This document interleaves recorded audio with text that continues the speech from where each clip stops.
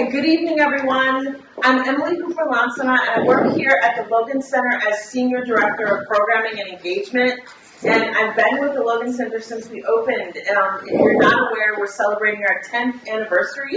Yay! We are so happy to have been really invested in community engagement, and I've had the opportunity to have some really meaningful partnerships with groups off campus and on campus. We're really happy to partner with Duane Davis, who works in the president's office doing all this important work, making meaningful connections with K-12 schools.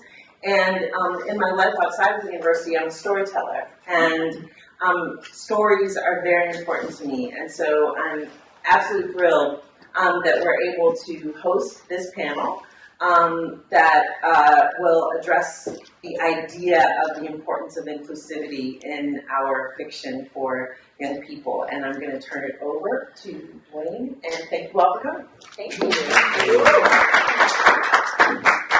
Hi, everybody. My name is Christina Moorhead. I'm the program director for the Center for Teaching Through Children's Books. Yay. And I work with the wonderful director of our program, Junko Yukopa. And we are thrilled to have you here to enjoy this evening of just celebrating fantasy fiction, middle grade fantasy fiction by these wonderful authors. And I would like to introduce, we have two moderators tonight. You've already met one of them. Our other one is Kelly Campos. And we have our wonderful friend from 57th Street Books. I'm very excited to get Reese over there. And we are going to ask Junko to say just a few words about the center to continue to welcome you tonight. Thank you all for coming today to be a part of this big event that we're going to have. As always, the opportunity to read good books, the opportunity to think deeply about them, and the opportunity to think about what the possibilities are because we have good books is what we're all about. The Center for Teaching Through Children's Books focuses on the fact that good books help all readers to think. And they allow us to have a life that the imagination of the authors that's brought to all the readers gives us more possibilities than we might have had without those wonderful books. So, from the Center for Teaching Through Children's Books, we're appreciative of the conversations we're about to have. Thank you. All right, we're going to intro ourselves to the end. So, the next set of intros are the stars of the show. The stars of the show are fantastic. I just don't know if you understand how privileged we are to have this level of creative energy in our city, in this room right now. At the same table. At the same table. Oh, it's not over, but that's the same time. That's all. I know you all know that song. So we're going to ask our authors to just introduce themselves so the young people in the audience can hear their names spoken correctly. All right? And then we're going to start the panel. So we'll start right here to the panel. Hi, my name is Reese Eschmann. I'm the author of Etta Invincible, which is a contemporary fantasy set in Chicago, and also the Home for Meow series, which is about a cat cafe, which we also have one of those in Chicago, but I haven't even been to it yet. But so I was a school social worker before I became an author. I'm a Chicago Public Schools graduate. So I've lived in Chicago my whole life, and yeah, I'm excited to be here with all these awesome authors.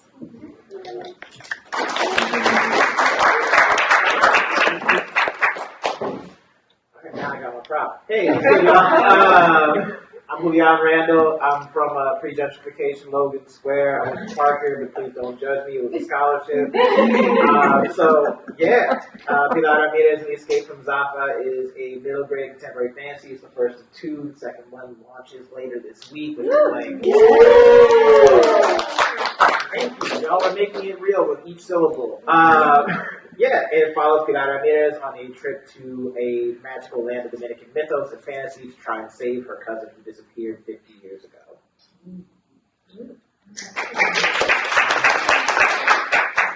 Hi, I'm Rena Barron. I'm the author of the Maya and the Rising Dark series. It's a middle-based series, sort of like Percy Jackson.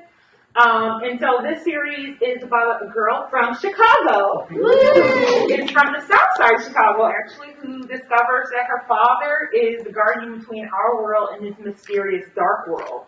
And he goes missing, and she has to discover her powers to go and save him. I am also the author of a young adult series called Kingdom of Souls. Book 1 and 2 are out, and book 3, Master of Souls, comes out in April. And the Maya series, all of the books are out now. So they're out. They're amazing.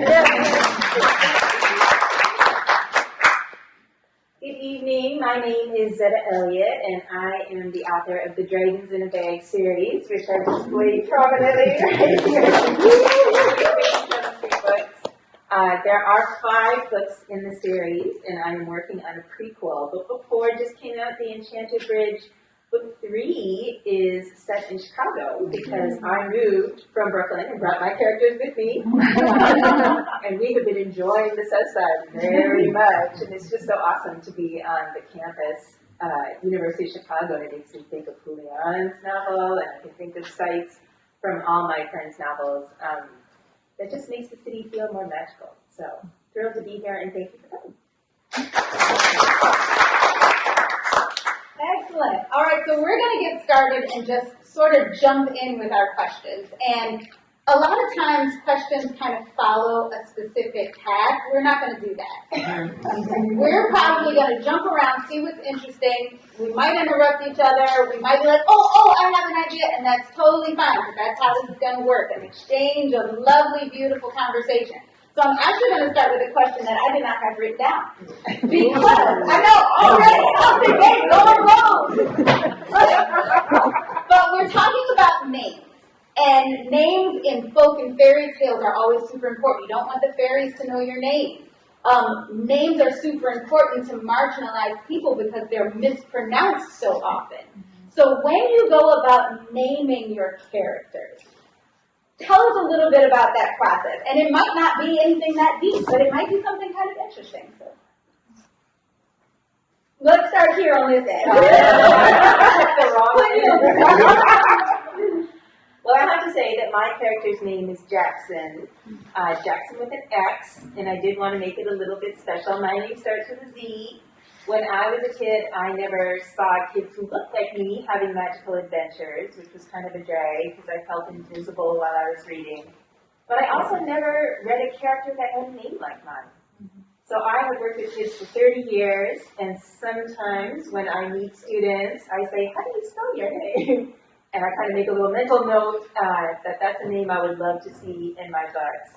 So Jackson's best friend is Vikram, and his little sister is, so I call her Kavi, and I say Kavita, but I know most people say Kavita. And I had a friend when I used to be a professor, and her name was Kavita, and she wouldn't tell us how to pronounce her name. She said, just say it however you want. And she unfortunately passed away. And so by giving a character her name, it gives me the chance to say her name again and again and again, and then kids say her name again and again and again. So it makes me feel close to her. And she was from India, and those characters are from India. And then I had a parent reach out to me and say, my 2 children are named Vikram and Kavita. And we are reading your book right now. And she was like, I'm crying. I don't know if they are, but it just means so much. So. My other names for my characters are pretty basic, Ma and Sis. Wanting to create a sense of family, and yeah, that's pretty much how names work in my books. Awesome. So for Maya, so I just wanted to use a name that, that was a traditional name that was Black people had. And I actually had people come up to me, adults and kids, and say, I've never read a book with a character named Maya. It's so funny because it seems like such a simple name, but I also have names in my book of characters who are not as traditional, because there's a lot of West African mythology in the book of the Orisha. So Maya's father name is Ilegawa. And so trying to get pronunciations right for that, but then also being honest with ourselves and saying okay, we don't know, so let's try. Let's try to look at names in a different way and understand that names mean a lot. They have value. They speak to people's culture. They speak to their history. It could be family.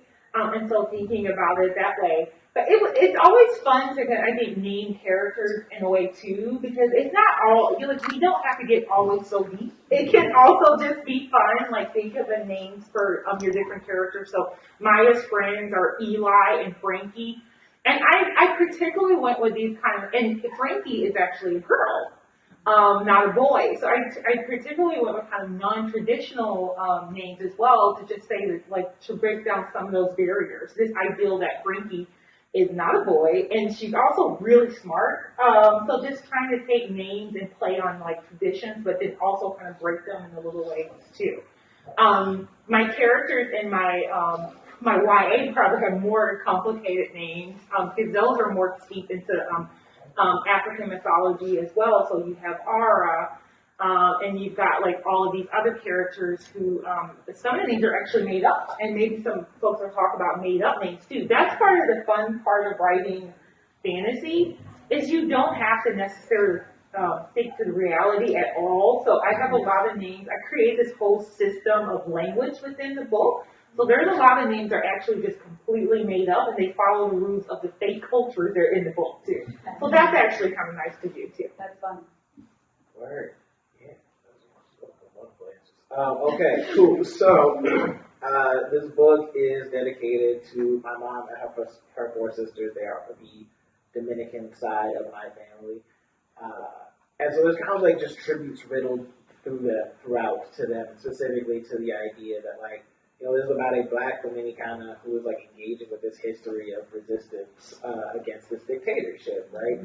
And when we look at the history of Dominican resistance, it's always a history of Dominican women standing up and telling us that we deserve to be free. And so Pilar is named after who I would have been if I had been born my mother's daughter. That was like their alternate name for me. But also, like, the top general in there, her name is Jaydil. It's Yaybil, right? And so she's named after my friend Hadel, who is only named officially Hadel because, to quote her, my mother's fingertips don't speak English. It was like they gave her the birth certificate. She's like, I literally just gave birth. I don't know. This is what the sound should be theoretically, but it wasn't necessarily that, right?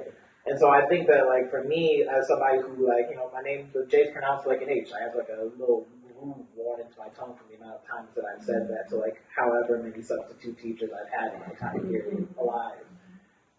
But I wanted always to have, like, some love for kids whose names don't necessarily sound how they look.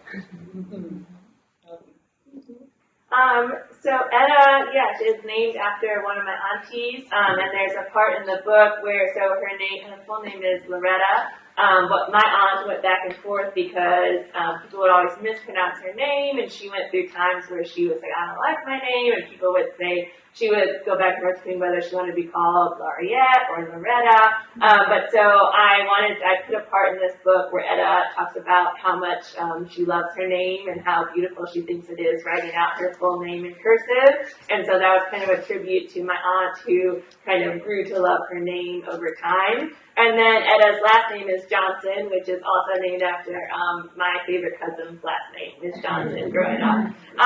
And so that's kind of, where those names came from. And so the auntie that I named her after, she was the one who loved reading the most. And my mom would always tell me stories about how when they ran out of books in their house, she would be reading the dictionary for fun. And so Etta in the story is a big reader, and she also wants to be a writer, a comic book writer. So that kind of was a tribute to my aunt. But I did learn that when you have 7 aunts in one family and you name your character after one, you will get a little bit of trouble. So I have to write a lot more books. More books for sure. Thank you so much for that. No, that was a great first question. That was awesome. I'm named after a nice boy in my aunt's class. And turned into an English teacher. So that's how the world happens to work. So, Rena, you mentioned, I think everybody has kind of mentioned the idea of seeing yourself, like putting your family, putting these kind of tributes inside, right? These little notes, little secret notes to other people that would know what they were reading. When they read that, they know that's them. When is the first time you saw yourself in a book? What do you remember about that? Yeah, anybody go. I can start, yeah. As an adult, when I was your ages, I didn't see myself in books. I was always a reader who loved like science fiction and fantasy. Yes. We're on the same. How many people even know what that means?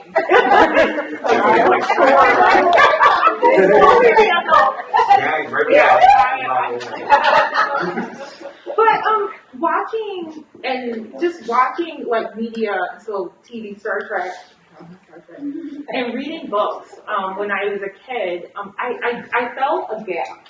I just felt like there was a hole. I would read these stories, I'd be so excited, but there was always something missing.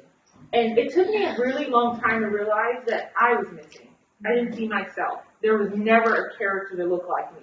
The characters I used to identify with were the white women with dark hair, because that's the only thing that's the only thing I could somewhat pull. And I know people will say, like, well, it doesn't matter. If it's a good story, it's a good story. But being erased and not seeing yourself, it limits, especially when you're a child, the potential that you're thinking about, like, oh, can I do all of these fun, fantastical things? And I wasn't seeing that.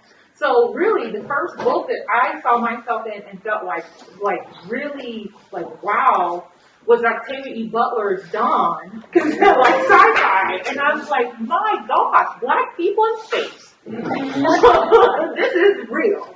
And like, that was it for me. And Ron L. Smith, Hoodoo, which is blackhead in the South, and it's hoodoo. And I grew up in Alabama. It's based in Alabama, so I understood some of the things they were talking about culture-wise.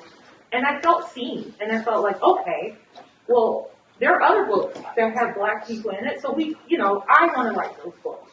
And I was writing since I was very young. I started writing when I was in middle school. I wrote poetry, which was horrible. I do not recommend anyone read it. But I did end up writing short stories and longer and like attempted novels and then eventually novels. But when I first started writing, none of the characters looked like me. Because I had not seen people that looked like me in books, so I had a really hard time even writing black characters. My characters were white because that's what I read. Mm-hmm. And it never sat well with me. And those books never went anywhere either because I knew something was missing. And it was only when Kingdom of Souls was kind of like my first book where I just like, no, I'm writing about people that look like me with my experience and my culture. And it was just so freeing. And I could just feel the creative juices just going because I felt really seen in the story, finally. Can I just ask you quickly, what was the cover of Dawn? Oh, it's the black girl, and she's got a black person, because your books didn't have black people. They did originally. The original didn't. You're right. You're absolutely right. Yeah. I read it late in life. Yeah. Anyone else want to take that one? Well, yeah, similar to what you were talking about, I feel like the first character that I identified with was Hermione from Harry Potter, and it was like, all I did was hold on to the fact that she had brown hair that was described as frizzy, and that was like the closest I could get to a representation that was like someone that was like me. And so, I had like Harry Potter clubs in 5th grade and all that stuff, and I would always be Hermione. And it wasn't until adulthood, and then all the backlash when they cast a black woman as Hermione and stuff, that I realized how frustrating that is, that was the only representation I saw was someone who just, a white girl with brown hair, like Rena said. And so I feel like, again, like you, it wasn't until adulthood and when I started writing and I started seeing more of like the new middle grade books that were coming out that have been featuring more protagonists of color, that's when I really saw myself in books. Yeah, I think What's interesting about that, while we were speaking, I thought about, I had access to Ebony Jr., which probably very much dates me, and so I basically got like a graphic, like a little magazine written for and by for black people, for black kids. Every day, my mom worked there in the like accounting pool, and so I had access to something that I didn't realize was so valuable and special until I didn't have it anymore. So I kind of saw it differently in that way. And I want to follow up, because everybody also mentioned something. You mentioned Chicago. We're on the lovely south side of Chicago, at the University of Chicago. And it is, I want to think about the setting. Like, you have books set in Chicago. Is Chicago magical? Yes. Yeah. Is it? All right. I thought I might just think that because I'm on the south side of the Fifth Street, and it's like it's magic on the south side. So how important, Rena, you mentioned world building, and is that an interview I listened to with you? You talked about setting being more important than world building. So I'm kind of curious what you think about setting and world building, or those two things in fantasy and in speculative fiction, and definitely for Black and Brown folks. Yeah, well, it's a really interesting question because I think for a lot of people, sci-fi and fantasy is almost entirely about the world building, and people want to see how elaborate and how different and how imaginative and innovative your world is. And quite often, a lot of people these days are talking about Afrofuturism, and you did the spot gesture. And I always feel a little bit sort of off to the side when people talk about Afrofuturism, because I don't think of myself as a futurist, because I don't think that much about outer space. I did just write a book about an alien. But in general, I am more deeply invested in history.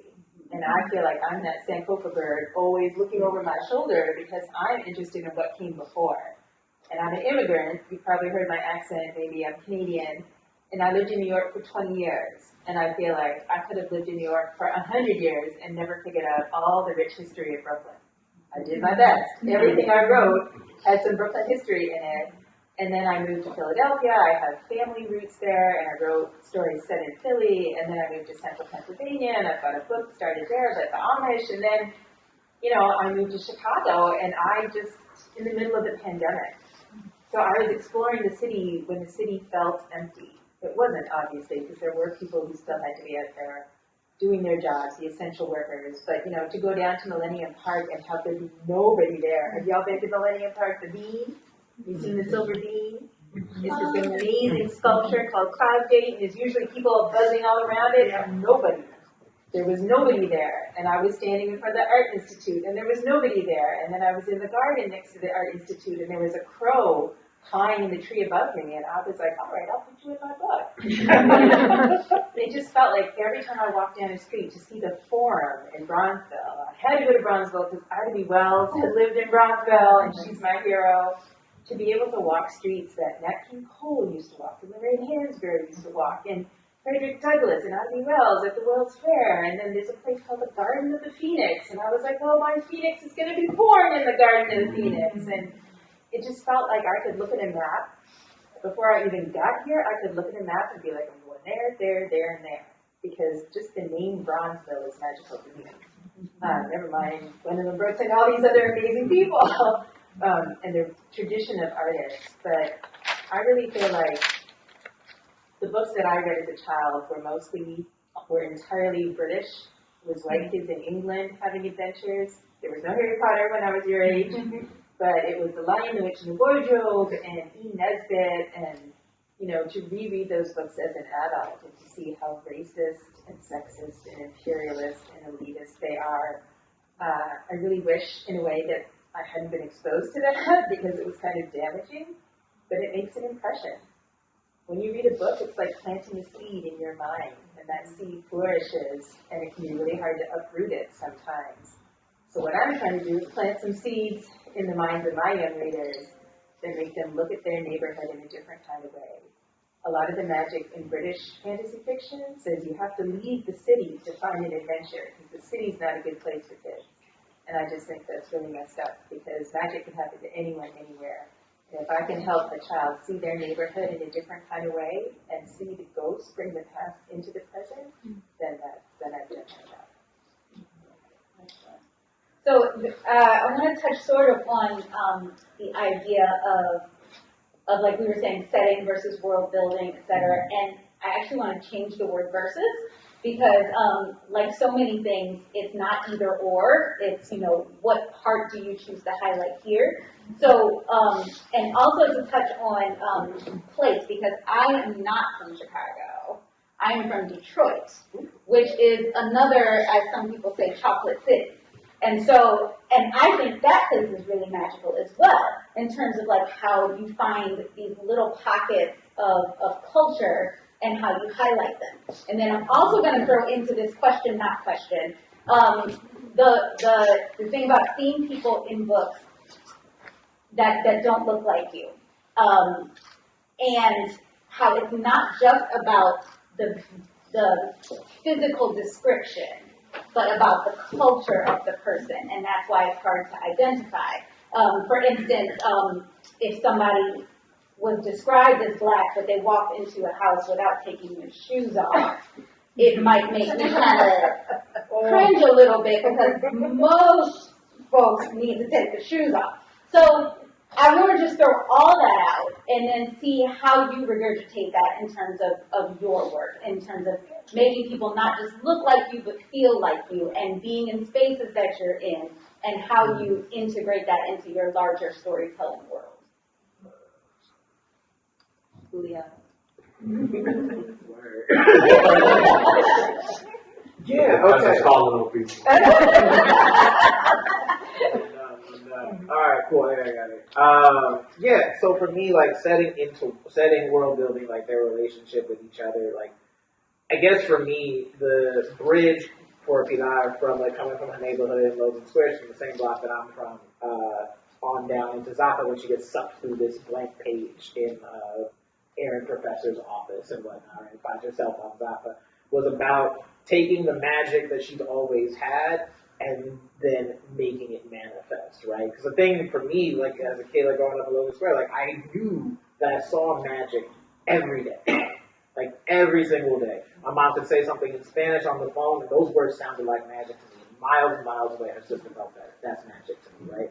And so over time, to me, what magic means as a word and as a practice is about like communal coming together, right? It's about collaboration. That's what makes Chicago such a like ripe city for magic for me. To me, it's my only city for magic, right? And also, I saw enough Bulls Knicks series across the course of my life to be like, they don't have more magic than me. Like that's just not true. So how do we make that possible? How do we make that manifest? And so like that was kind of my big thing for like designing Pilar's magic system, for understanding like, okay, how can I make sure that Pilar is tied into a system of magic that is like inextricably linked to blackness and the land. And so I got this idea for this black sand called La Negra, which covered the whole island once, but it's been bleached away. So that was how Pilar is able to see through the gentrification of her neighborhood what it's like. She's never been in an active war before, but she knows what it's like to have somewhere where the land used to love you and now it is starting to forget, right? And so that was how I tried to like make the bridge between those two things. But ultimately, I find that you can find magic wherever people are committed to a world for free black children.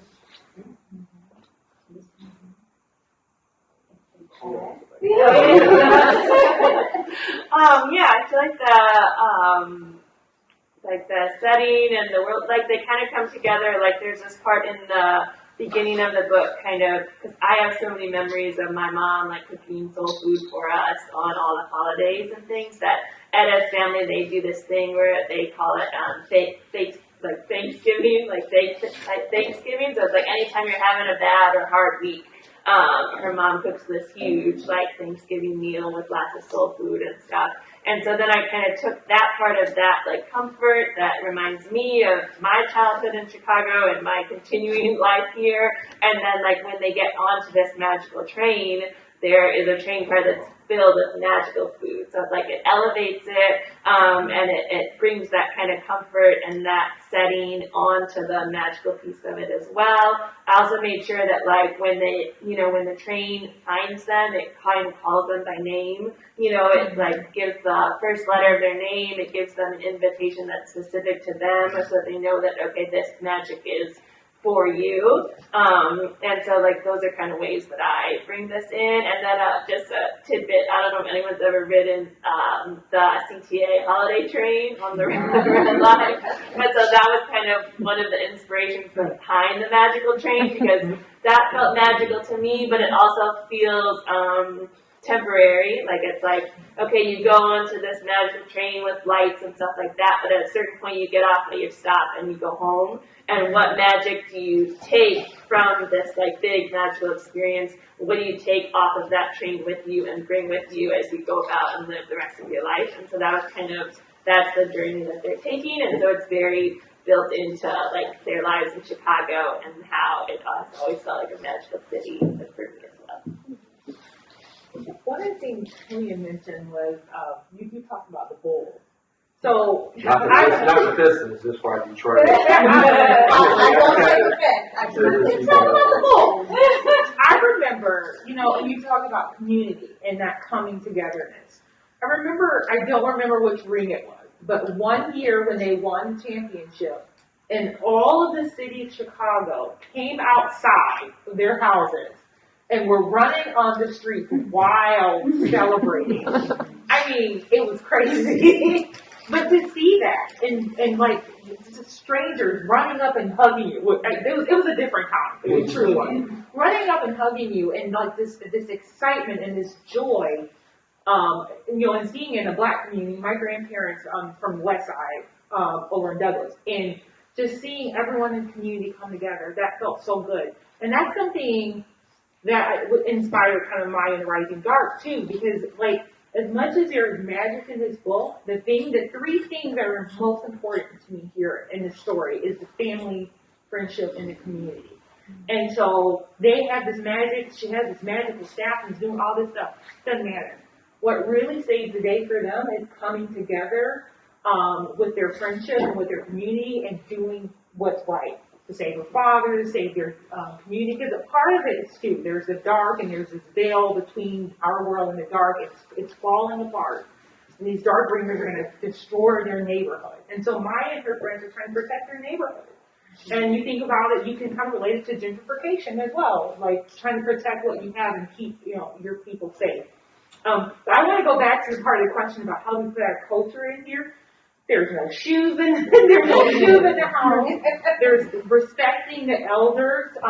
Miss Ida, Miss Lucille. That's how I was raised. That was like, the normal part of it. And the whole, again, community kind of looking out where, yeah, you watch my kids, yeah, because we're neighbors and we actually care about each other. And you don't always feel that, people feel like you don't feel that in a big city, but big cities are just small little neighborhoods, like all together. And I wrote about the back of the yard. I don't know if any of you know that neighborhood. And I wrote it because I lived there for some time, and I remember particularly one summer on the news, there was always like these stories about like people getting shot or some bad stuff happening. And look, I don't deny that. But what was missing is that it was also a neighborhood of very caring people who looked out for each other. And took care of each other. And that's what I wanted to capture in Maya. I wanted to show that side of it too. Because oftentimes when we see books about Chicago, what do we see? Downtown Chicago. All the tourist traps or the north side. But we don't often see, now we do because we're writing them, there are other people writing them. But Chicago is a big, rich, culturally diverse, magical city. There's so much to write and so many deep, we're all Black authors who are writing so differently, but then you see the threads that connect us as well. There's just so much richness there. And so it's nice to kind of try to capture that in our books too. I'll just say very quickly, it was interesting to me to have a New York City editor reading a book that was set in Chicago, because there's a scene in my book, The Witch's Apprentice, where he's been given a phoenix egg by his friend Vikram. The egg is in his pocket, the egg is vibrating. He's in the garden of the Phoenix, and he thinks, please let me hatch here, and it doesn't. And then Vaughn, who's tour guide, says, all right, I'm out, see you later, think you can find your way home? And Jax, who doesn't know Chicago all that well, is like, I guess so. He's like, just remember, the lake is east. So he's walking his way through Hyde Park, and then he's making his way into Bronzeville, and he needs help. And I'm like, well, who's he going to see on the street, right? And there's a guy in front of the corner store, and he's, you know, holding the door open for folks, and he's got a little cup, and he's got a little change, you know, he'll take a little change. And the man says, you know, what's up, young blood, you okay? And Jax immediately starts talking to him, and my editor, a white woman, said, I don't think he would really just talk to a stranger like that, would he? And then Jax is like, I need a fire. So he has to put the egg in the fire. And he goes, all right, come with me. In the empty lot over here, we got a fire going. And so they head down the alley, and my editor again was like, he wouldn't follow a stranger into the alley. And I was like, okay, have you been to Chicago? Do you know what I mean when I say alley? It's not a New York alley. It's not some dark, damp, dumpster-filled whatever. Like, just to her, she had no understanding. That's the problem with not having people who are culturally competent, right? So that they just don't read it in the same way as we're writing it. And I think for me, the magic, the fantasy, the world building doesn't mean anything compared to relationships.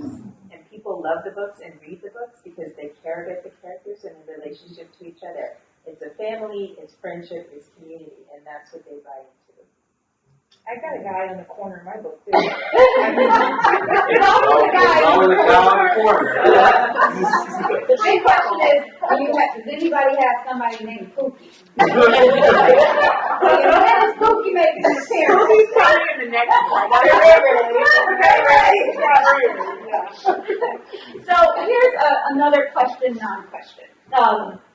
So when the movie Black Panther first came out, the first time, you know, we were all like, Wakanda forever, yes. It was so amazing because of everything we saw and experienced. And I'm walking out of the theater, and there was a white gentleman behind me, didn't know him, who said to his friend, I couldn't really relate. And it made me think about all those moments where, you know, I had to relate to the person on the screen if I wanted to get any enjoyment out of the story. The second part of this is there was a white family at my former library who was like, we're so excited to see all of these non-white authors because the stories are so different than everything we've ever read, and it's so refreshing. What is your experience with people, with readers who either really love or really do not love, really do not identify with what you're doing, whether that's readers that are kids, the target audience, editors, etc., and then how do you navigate making sure that your story gets out to the people that need it?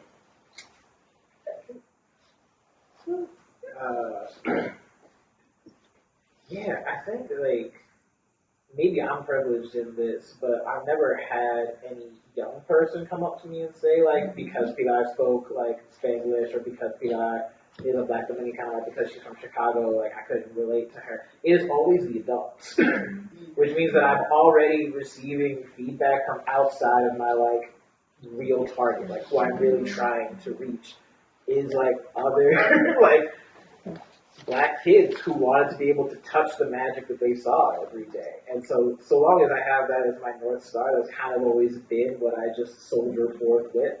Like, just to give, like, a very brief example, a little bit out of genre, like, my roots are as a poet, right? So I have a book of poems. I have a very good friend who I see here literally, like, at U Chicago, literally every Friday for 2.5 years. He owns a copy of that book. And I found out, like, a year and a half in, for 10 years, around a year and a half in, he's been reading it, like, just kind of, like, piecemeal kind of around, as opposed to left to right, like I meant for him to. And he was like, "Well, are you upset? Are you offended?" I was like, "No, actually, this is very freeing." Because people are going to do with the book what they're going to do with the book. The best I can do is reach towards the Black young person I was, and listen to the Black young people around me now, and try to find the synthesis that allows me to write a convincing 12-year-old who doesn't curse. That is I feel, similar. I feel like I've never gotten any pushback from children, you know, like I feel like these adult gatekeepers are underestimating what children are capable of. And I'm very fortunate that my editor is a woman of color, and so she was a really strong advocate. Like I had times where it was like from the copy editors or the proofreaders, where like there was a scene where Anna's mom's doing her hair, and they were like, "Well, I had to go Google what kitchens are," and then my editor was like, "Okay, and like Google it if you want, but like you don't have to like take it out of the story." And so there are moments like that where I feel fortunate that my editors kind of had my back, and I haven't had kind of some of those horror stories that you have had where like people really make you change the language and things that are happening in the book. I think the only thing that made me change was that apparently nobody like 2 flats and 3 flats are a Chicago thing, which I didn't even know. And they were like, people aren't gonna know what a 3 flat is. And I was like, what? So they made me add like 3 flat apartments. And I was like, oh my gosh. But no, in terms of like the really important stuff, like when there's like a moment where a character like is like, should we tell the police? And it's like, no, what would they do? And so like my editor always had my back for that kind of stuff. But it is always the adult gatekeepers who get in the way, and it's not the kids in my experience. I had an issue with my copy editor with locks. And she's like, locks? L-O-C-S? What do you mean by that? And so, like we explained it, she Googled, and we were fine. Mm-hmm. So I did have a gatekeeping incident that really hit me hard, I think. And I wasn't surprised, but it hit me hard. So my publisher sent out what's called advanced reader copies to librarians and teachers for Maya. And I had a reader, she was a teacher. And she said, this book is good. It'll be great for children of African American descent. Mm-hmm. And I'm like, wait. But does anyone say Harry Potter's good for children of European descent? Have we ever heard that before? No. And so it hit me. And just to see like people gatekeeping and seeing other reviews by like teachers saying, oh, this is good, but I'm not going to get it because I'm not familiar with the culture. So those are the kind of things that I heard from or saw from adults alone. But kids are like, oh my gosh, I love Maya, I love Frankie, I love Eli. But part of the question where you started with the Black Panther piece that hit home for me too is this is what happens when we don't read diversely and put ourselves in other people's shoes from a young age. And this is why people can't identify. How are you? I kind of don't expect an adult person in a sense. If you've only read all white authors, how are you going to identify with other cultures when you've not even opened yourself up to that? And so you end up with like a whole group of people or age group of people who lack empathy. Because reading helps us have empathy for others, for people who don't necessarily. Part of it is we're writing these characters because we want kids to see, other Black kids to see that reflection, but we're also wanting to make sure that people who are not Black are also understanding our point of view. So how are you going to empathize with people if you don't know them? You don't have any friends who are Black. You don't go to school with any Black people. You don't watch any Black media. You don't read any Black books. Or when you do watch things, you're looking at stereotypes that TV is manifesting, and so you have this very narrow view of what someone's culture is. Mm-hmm. And it's not just Black, there's many people of color cultures you see stereotypes. So of course you're ending up with a situation where adults are like, I can't relate. Well, guess what? I had to read books with all white people my whole life. So I can relate to white people because I've read these books of all these different people, and I grew that empathy over time. But so in a way, to me, it's like a lack. It's a lack of, you haven't read widely, so you don't have that empathy. Mm-hmm. Which is why they then ban our books. I was going to say not have children develop empathy for folks who are different. Absolutely. Yeah, who's having a book banned up here? Who's having a book banned? Well, they try. They tried. And could you elaborate a little bit more? Like, what was that experience like? I heard Jason Reynolds and Casey Lehman give an interview about their books being banned, and the interviewer said, "Did it hurt your feelings?" And they were like, "Yes, it hurt our feelings because we poured our heart and soul into this." I was like, "That does not hurt my feelings." Who are you? You know, like I had an elected official in Virginia go on Facebook with a picture of a spread from like a place inside of me, a poem to heal the heart, and call it garbage. And it was a black child expressing rage. And I was like, oh, so out of all the emotions, hope and joy and sorrow and compassion, everything you could have picked from the book, you picked the paper, he's angry. And that's the reason you would call the book garbage. But you know, who are you? What do you know about children's literature? This book has won award. It won a Caldecott Honor Award. This book has won prizes from people who have expertise in the field of children's literature and understand something about children's development, children's literacy. What do you know? Right? Like absolutely nothing. The parent who objected to the book said, well, it's got a boy on a skateboard, and my child thought the book was about skateboarding. So it's deceptive because children will get the wrong idea. Did you see the big Black Lives Matter sticker on the bottom? Like, did your kid read the title? Maybe you need to work on their literacy skills. Like, the other woman, she's the one who said, whatever happened to books about chickens? And so I wrote a book about chickens. But, you know, that's really what you want. I can give you anti-racist chicken. Like, there really isn't a specific objection to anything in the book. It's just a question of control. So in Tennessee, they tried to ban a whole bunch of books, and now they're trying to close down the library system, the public library system. So we have to not be distracted by like individual dumpster fires they're setting, because there's a larger plan in place. Absolutely. And I haven't had the same books getting banned and things, but I did just last week. I had a school visit canceled because the principal, they'd already been in touch with me. They previewed us for the cat books, and then they said, "Oh, we didn't realize there was a same-sex marriage in this book," and so they canceled the school visit. And I've had parents email me to tell me that I'm disgusting for writing a book that has the main character Kira, her neighbors are in a same-sex marriage, and they're like, "This is like evil and disgusting, and how are you doing this in kids' books?" and all, and it's like. My Amazon reviews are like, "Don't be deceived by the cute cat on the cover." Like, this is like pushing the liberal agenda, and so it's ridiculous. I have a review like that on Amazon where they were like, it's a lesson in critical race theory because she's got a non-binary character. I'm like, what? So I'm not supposed to have real people? Yeah. Julian, I'm curious about your experience as a poet in that space. Like people being not what criticism looks like, but like you are putting ideas out there in a creative space and then connecting, using that same skill set in your books. Have you ever experienced that as well as pushback about your poetry?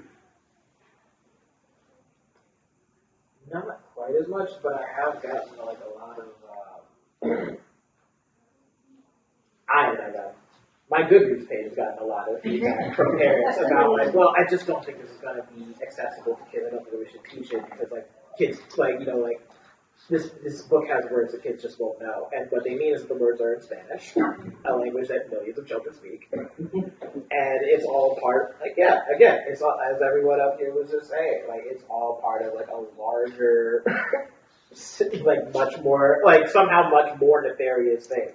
Like what we know from studying even a tangential look at world history is that the people are mobilizing against language. These are people who are carrying water for fascists. That is what is happening. People are carrying water for fascists against everyone on this panel. They're carrying water for fascists against everyone who they feel that we represent, everyone who they feel that we write to, because it's not about, to quote Palma Contraband, you don't ban books, you ban people.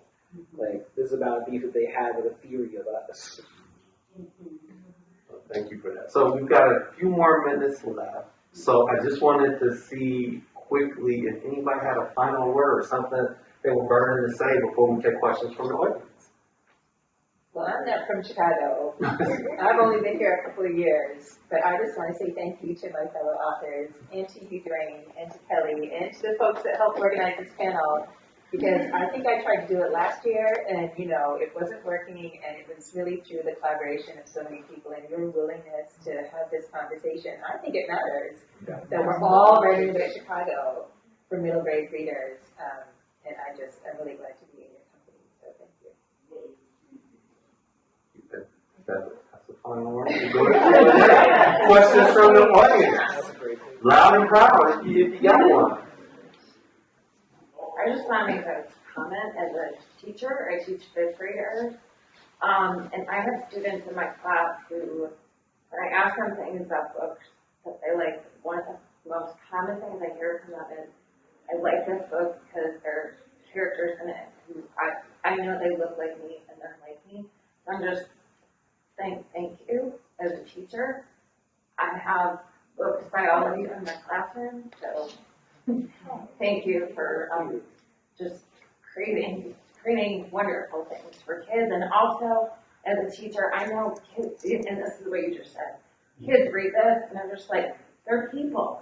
They're real people. Their kids are much more open and accepting and willing to see the world in big and beautiful ways. But thank you for showing that to them in your books. Just to piggyback on that, because I'm the librarian for her classes. There was That's a plant.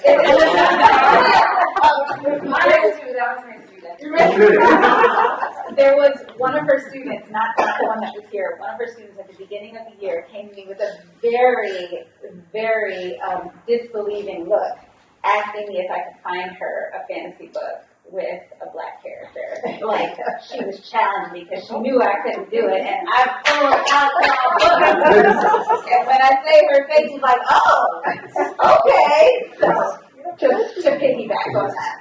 Can we just like briefly shout out that like that is like root and stem Sonia Sanchez's origin story as well. That like she like walked into what's the name of that spot in New York where they got the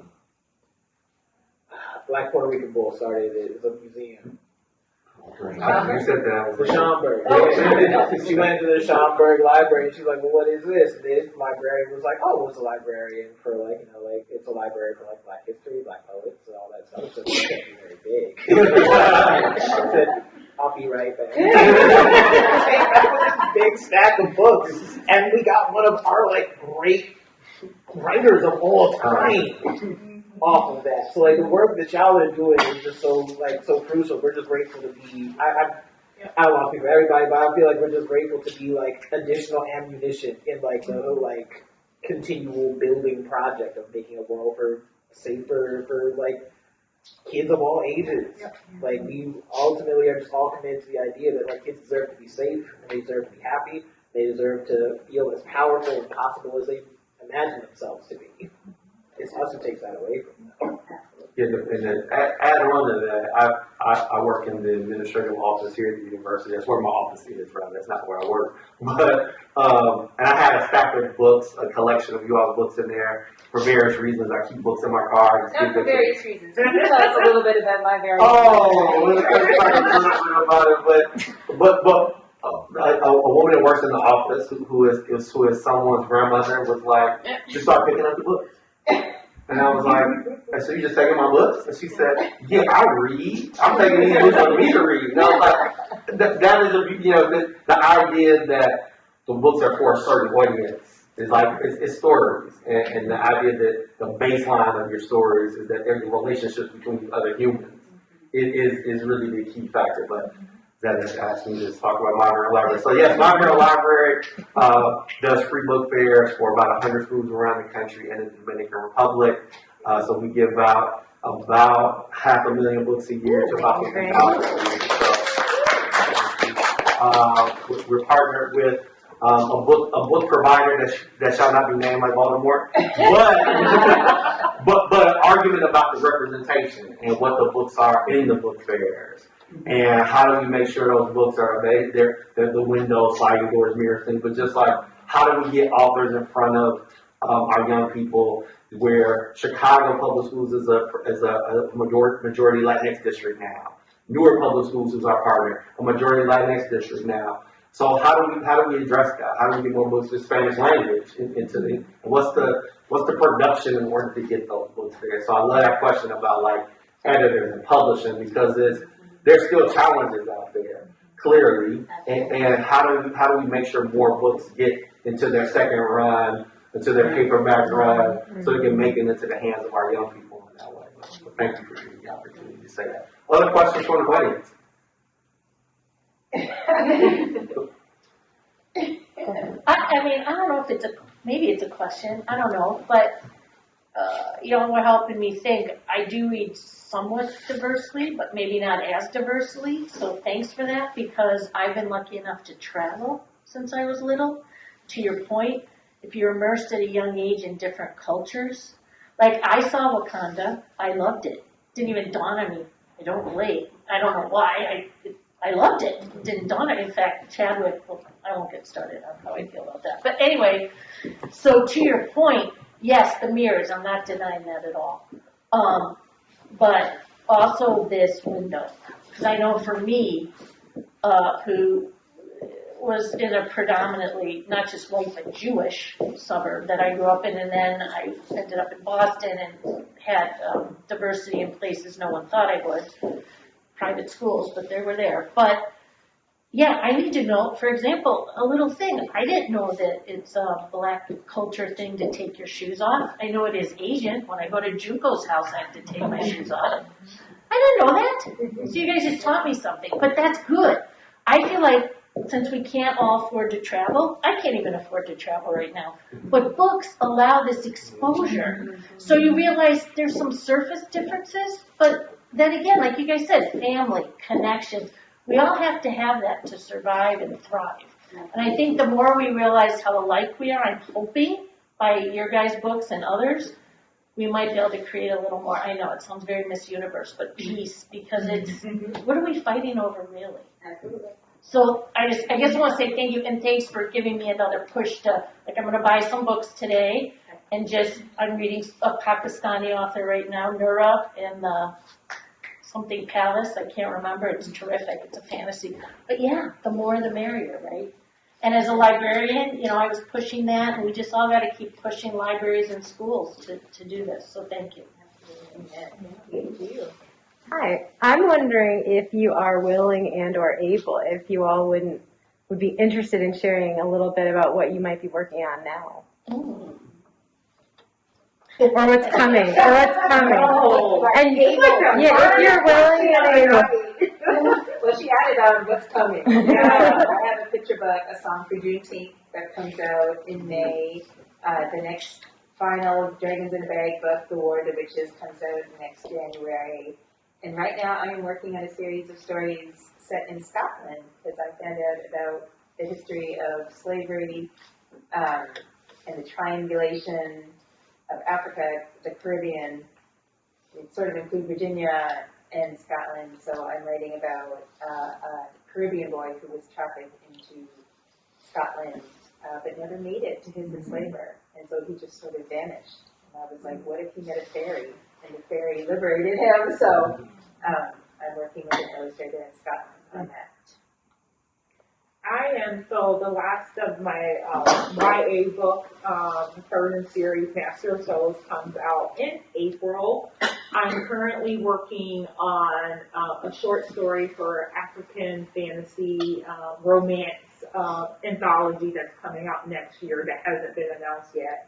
And I'm actually working on a thriller, a domestic thriller adult book, because I've written 6 like young adult middle grade, and I want to stretch a little bit and write something a little bit older. And this book will be it won't be a fantasy at all. So I'm really stretching myself from no magic. I know I'm still taking away my crutches, but yeah, so working on that too.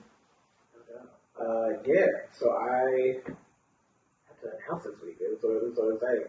So the next middle grade book, Pilar as a Duologist, we get to launch the next Pilar on Saturday, which I'm really excited about.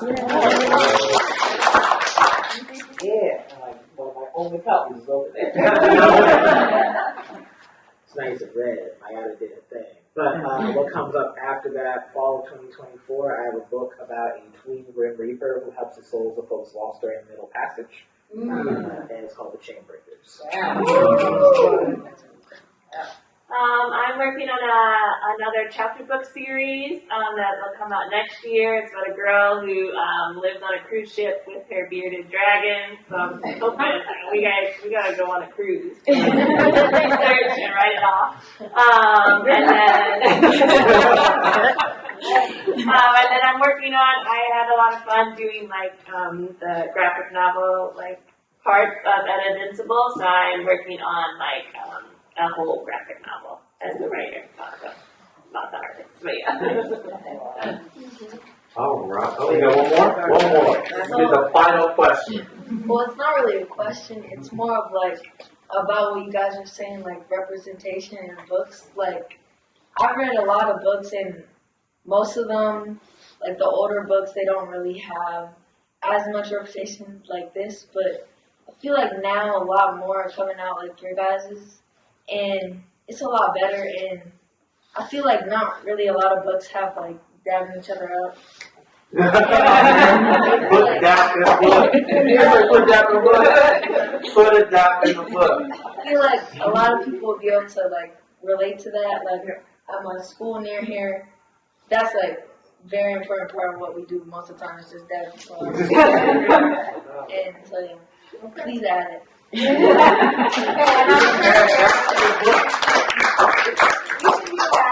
you for that advice. You can write a book. You can incorporate all the things that you and your friends do because you are the expert. We are not.